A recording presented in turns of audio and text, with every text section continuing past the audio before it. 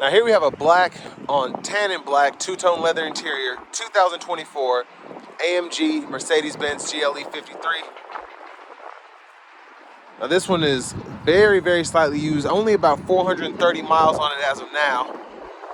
Comes with that 3-liter inline 6 turbocharged 6-cylinder engine made into a 9-speed automatic transmission. That gives us 429 horsepower, 413 pound-feet of torque. Now as we come around to the front end here, we do get the LED daytime running lights. We have the LED headlamps as well. And just a nice sophisticated front fascia here.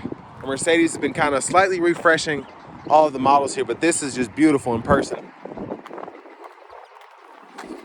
Now down here, these some bad boys right here. These are 22-inch alloy wheels, AMG alloy wheels. They just look so good on this vehicle. Passive keyless entry on all 4 doors. We get that Burmester sound system, memory seat functions, power seat functions, heated cooled seats, power door locks, power windows, power mirrors, and those do fold, and we have blind spot monitors in them. Power boot there. Headlamp controls, the electronic parking brake. Now we can turn the heat on or off for the steering wheel here, and then we have a power tilt and telescope for that as well. And a storm is moving in right before this eclipse, so I apologize for the wind noise, but it is what it is. Hood release there. And there's a seat with 4-way power lumbar support. But a beautiful, beautiful two-tone interior here. But I have that seat up front adjusted for someone of my size, being 6'3" with longer legs. So we're gonna check out this rear seat room and see how it works for us. So very impressed by the space back here. Seat back pockets are on both sides. 2 USB-C charge ports down here, illuminated. Pretty good storage pocket there. Rear AC vents. And there's a view of the front from back here. And there's a look at the panoramic roof with the sunshade. And then bottle holders are right in there. I mean, a pretty nice vehicle to be 93 grand here at Auto Collection of Murfreesboro. Big shout out to them for letting me review this vehicle. Ambient lighting throughout, which I like.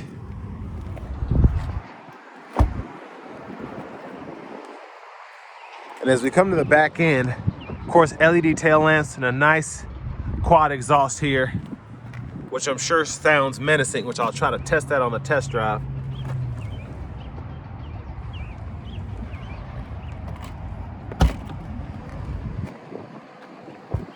But with this one only having 430 miles on it, you can see some of this still has the plastic on it. But pretty good space back here. We have the very long netted side pocket here. And then we can adjust our suspension as well from back here if we need to lower it to put the groceries in. And there is our spare. Cargo shade locks in right there. And then the top tethers for the car seats are on the back right there.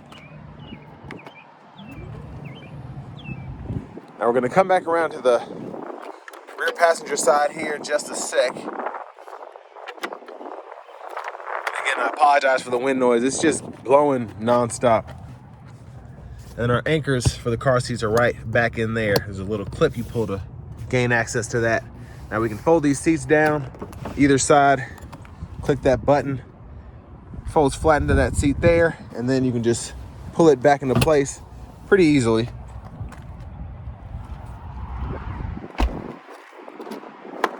And then our front passenger seat, pretty similar adjustability with the memory seat functions right in here. And then lockable glove compartment right in there.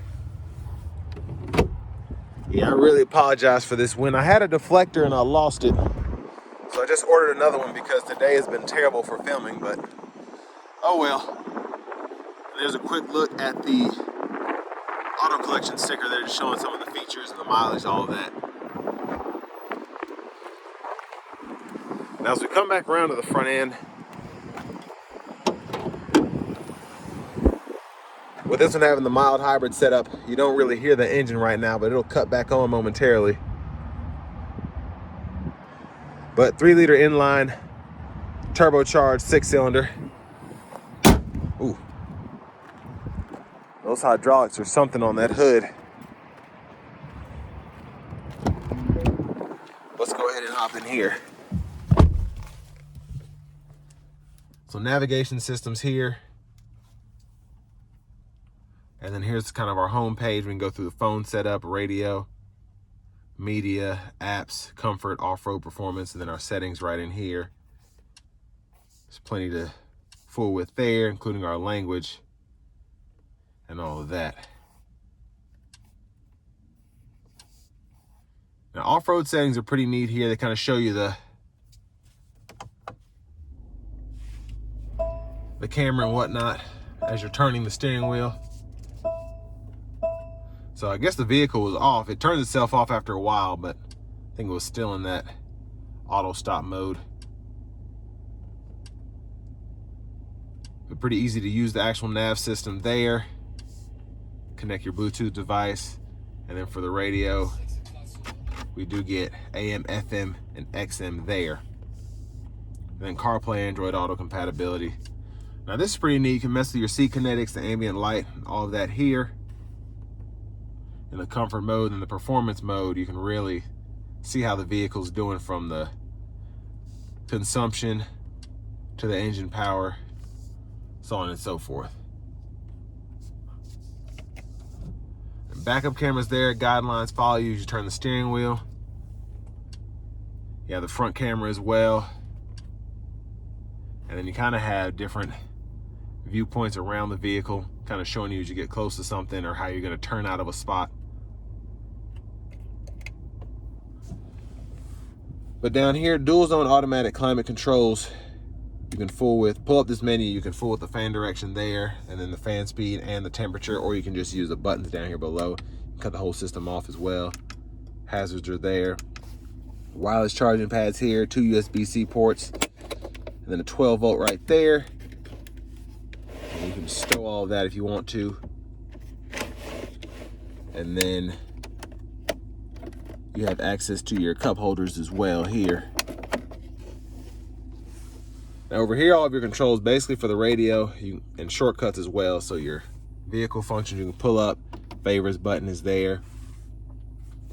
Then you have your nav shortcut, audio shortcut, telephone shortcut. Of course, volume can be adjusted. You can click there to mute. And then your dynamic drive modes, you can go through all of that there.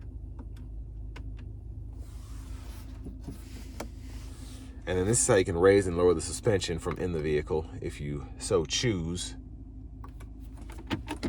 Center console cubby space is there. 1 USB-C charge port. And there is the roof going back. So a very big panoramic roof here. And one thing I love about the Mercedes is just how quiet the sunroofs are. It's very, almost like an elegant sound. There's a view of the back seat from up here. And all the controls are here. Vanity mirrors there. And then back to the steering wheel. There's the sound of the horn. We have our wipers here, our rear wiper, high beams. And then for the shifter, pull down for drive, tap up for neutral, pull all the way up for reverse, press P for park. Paddle shifters are behind the steering wheel. And then for the actual drive modes, while you're driving, you can just shift between them right in there. So slippery, comfort, sport, sport plus. And then you have your exhaust, which you can fool with there. Your suspension as well. And then adaptive cruise controls, the gap adjust there. And then you just have your menu functions to go through the gauge cluster. And then this side goes through the radio here. So pretty easy to use, and I actually like how they set that up. Now push button starts here, auto stop toggles here. And finally, here is our key fob. But next it's time to go ahead and take this AMG GLE 53 out on the road for a test drive. So starting the test drive in this GLE 53, I have it in Sport Plus now, and a very, very aggressive exhaust, like I was hoping for. And driving dynamics, of course, are very sporty. I have the exhaust as loud as it'll go, the suspension set on sport mode. Of course, the driving dynamics full on Sport Plus, so everything in Sport Plus right now. Now in the Sport Plus mode, especially for stop and go traffic, wouldn't recommend it. I'm just kind of using it now to show the effects of it, but it's really just meant for open road spirited drives here, because it will rev pretty hot in stop and go traffic like this here. But I also just like to hear the exhaust, so it's kind of fun for me. But probably just comfort mode will be fine to be in traffic like this. So we're gonna give it a little pull getting on the interstate here in a moment.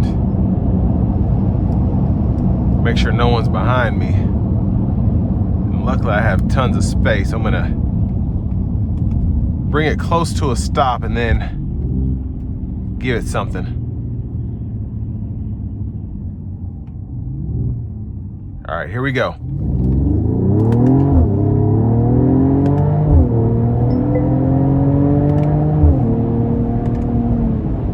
So pretty quick. And of course, with everything in Sport Plus, it's just just feels so racy. I guess that's really the only way I can describe it right now. It's very, very fun. I'm gonna tone it back into comfort, turn on the adaptive cruise here. So pretty good driving software here. Again, adaptive cruise.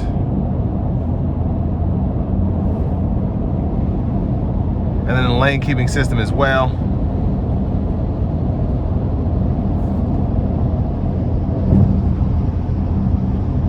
And the ride quality is actually pretty good going down the interstate here. It's pretty impressive, even though this is the sport-oriented GLE.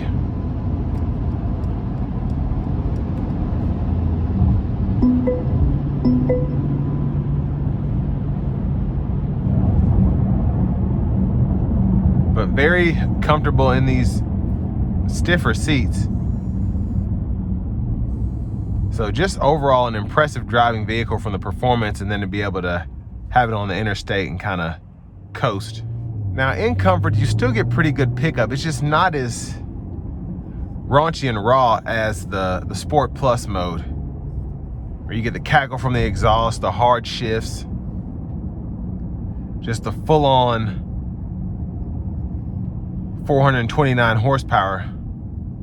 But it's still as much as you need for about 99% of the time, unless you just want to test out how quick it can really get up to speed. Now for the price, I think you get a pretty performance-oriented and luxurious vehicle that's pretty usable for everyday driving, even though it's $93,000 listed here.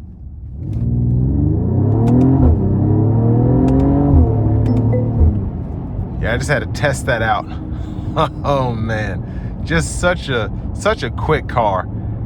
And I feel like the German manufacturers, the European manufacturers overall, have just come a long way in terms of making reliable yet fun engines. BMW has definitely done great. Mercedes, their reliability has never really been terrible, except at least not where the powertrain is concerned. Usually it was electronics or things of that nature. But here, and especially just with how dealers are giving warranties and you can get easier warranties from third parties, it just makes this more of an easier vehicle to think about purchasing, as opposed to being like, nah, I can't get something like that because if it breaks down, I couldn't afford it. But I mean, the exhaust, the transmission, the engine, everything, it is an AMG, so I would expect it, but it's just very, very quick, very powerful, very nice. And one other quick thing is the auto stop is almost seamless. I don't even like hear it kind of kick back on. So that's another impressive thing about this. But Just a great overall vehicle for performance, luxury, ride quality, everything. And honestly, not bad for the money. And this will bring me to the end of my review of this 2024 Mercedes-Benz AMG GLE 53.